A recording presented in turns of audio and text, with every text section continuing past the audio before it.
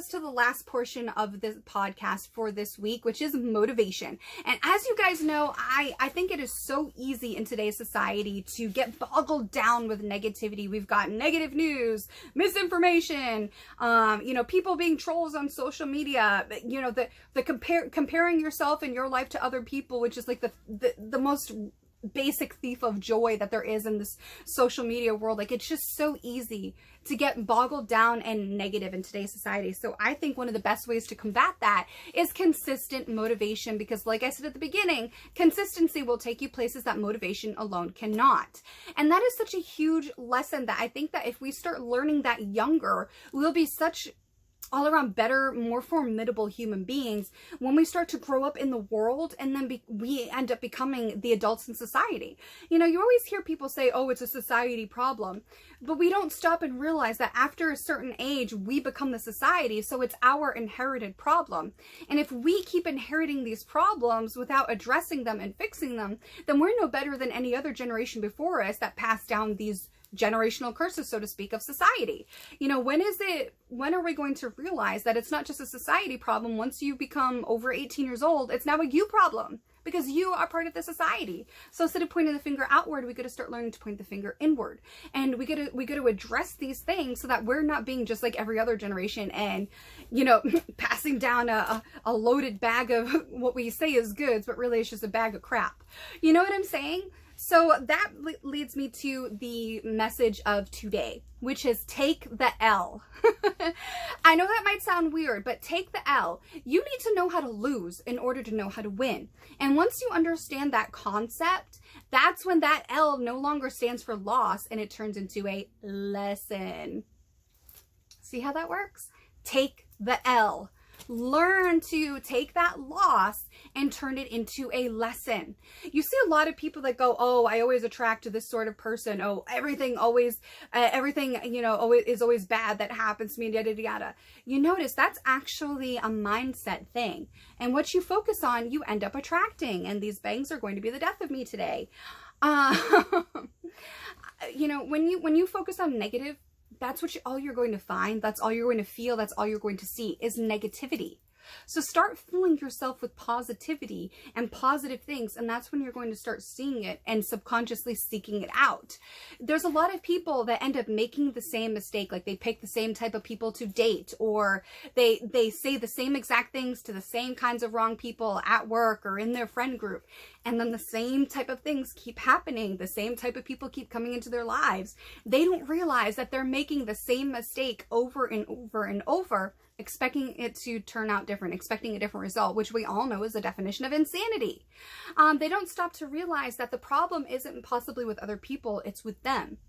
Okay? It might not be that, you know, I heard a girl saying this, you know, oh, men are garbage. I wanted to flip the script on her and say, maybe not all men are garbage. Maybe just the men that you invite into your life are garbage. Maybe that's because you maybe subconsciously think that you are garbage. Instead of thinking, maybe I have self-esteem issues and I have issues in my subconscious that I need to work on so that I can go out into the world and be better, and thus attract better and demand better and, you know, become better. All around better, better, better. You can, you know, it's okay to feel bitter at times, but then there has to be a choice, a conscious choice where you say, okay, that bitterness is now going to lead me to be better. And then I'm no longer going to be bitter because I learned how to take that L and turn it from a loss into a lesson. If you keep repeating the same mistake, you're going to keep being put in those same situations in your life until you figure out how to fix it, until you figure out what it is that the lesson you're supposed to be learning that you are purposely ignoring. Learn how to take that L. Not every person in the world is garbage. Sometimes we have to understand that the problem lies with us first. Learn how to take that L so then it becomes a lesson. And then that lesson turns into a bright light. And then all of that light is going to come shining back at you, leading the right kind of people to you and you to the right kind of people. Okay? Hate never comes from above. It always comes from below. People are always trying to European uppercut their way into your life. Don't let them. Do not let them. Turn that L from loss to lesson. Nobody doing better than you has the time to be hating on you. They don't, because they're busy making all of those lessons that started out as losses just like you. They turn those into lessons, and now they're using those as beacons to find the right people to do the right kind of things that fit with their lifestyle, their goals, and everything that they have planned out for themselves. They are on their own path. They don't have time to be punching down. People do not punch down. Hate always comes from below, not from above, because like we have discussed on previous weeks, okay, it is so much easier for people to drag you down to their level than it is to build themselves up to your level, or to maybe even better than your level. Okay, they don't want to put that kind of work in. They don't want to learn how to take that L, that loss, and turn it into a lesson, because they are comfortable with being miserable. And that's where you get the phrase, misery loves company. That is a cliche phrase for a reason, and it is so true. That's why they drag you down instead of building themselves up. And the more you allow people to drag you down, the more you're going to turn into a bitter person that thinks everybody in the world is trash. Instead of realizing maybe you are just settling for trash because there's something inside of you that's hurt. And you just think it's broken and can't be fixed. And really you're just hurt and you need to figure out how to heal. You got to take that L from loss and turn it into a lesson. And when you figure that out, when you come to the realization that hate does not come from above and 99.998% always comes from below, because they want to drag you down to their loss, to their misery level, to their bottom of the pit, instead of you being at the top. Once you come to terms with that, that's when you realize that the grass is greener where you water it. Okay? If you were always focused on the next door neighbor's grass, you weren't watering your own grass. So yeah, the next door neighbor's grass is probably going to be greener than yours. Does it mean that their grass is better than yours? Or does it just mean that they took the time to turn that L from loss into lesson and water their own grass? It's a good question, isn't it? Once you realize that, then you come to the realization that what you feed grows and what you starve dies. Okay, there's always going to be so many people lining up to tell you how bad you are, how you ain't shizit, how you're stupid for believing in yourself and going after your dreams, and how dare you have standards for yourself, blah, blah, blah, blah, blah. When you realize that what you feed grows and what you starve dies, you realize that all those people saying all kinds of things like that are beneath you. But they don't want you to know that. They want you to think that they're above you and you're beneath them. They want to wipe their feet on you. But you're not a doormat, are you? No, because you're too busy turning those L's from loss into lesson. You're too busy watering your own grass, because you now understand that what you feed grows and what you starve dies. And the less you pay attention to those other people, the less you allow their negativity into your life, they starve. They starve. What you feed grows and what you starve dies. The grass is greener where you water it, because you turn that loss into a lesson. And that brings me to the last part of what happens when you turn an L from loss into lesson.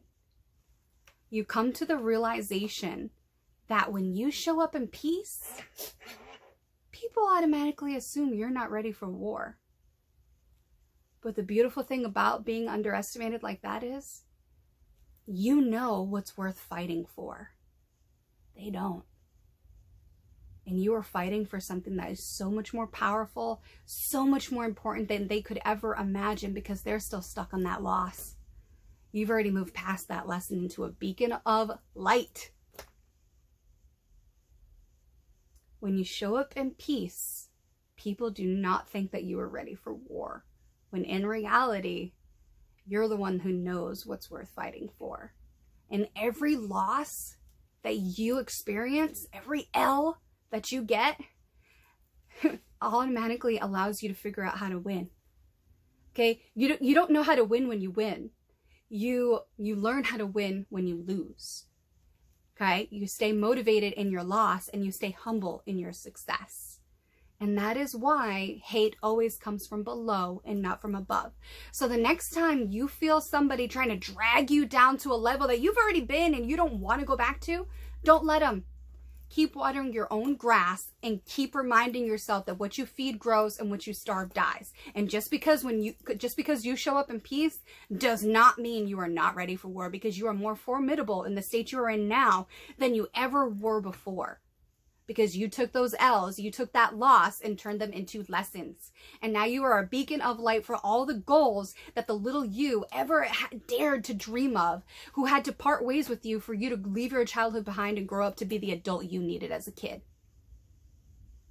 Are you ready to take those L's and turn those into lessons so you can be a beacon of light, of hope, and an example for somebody else so you can be a part of someone else's survival guide?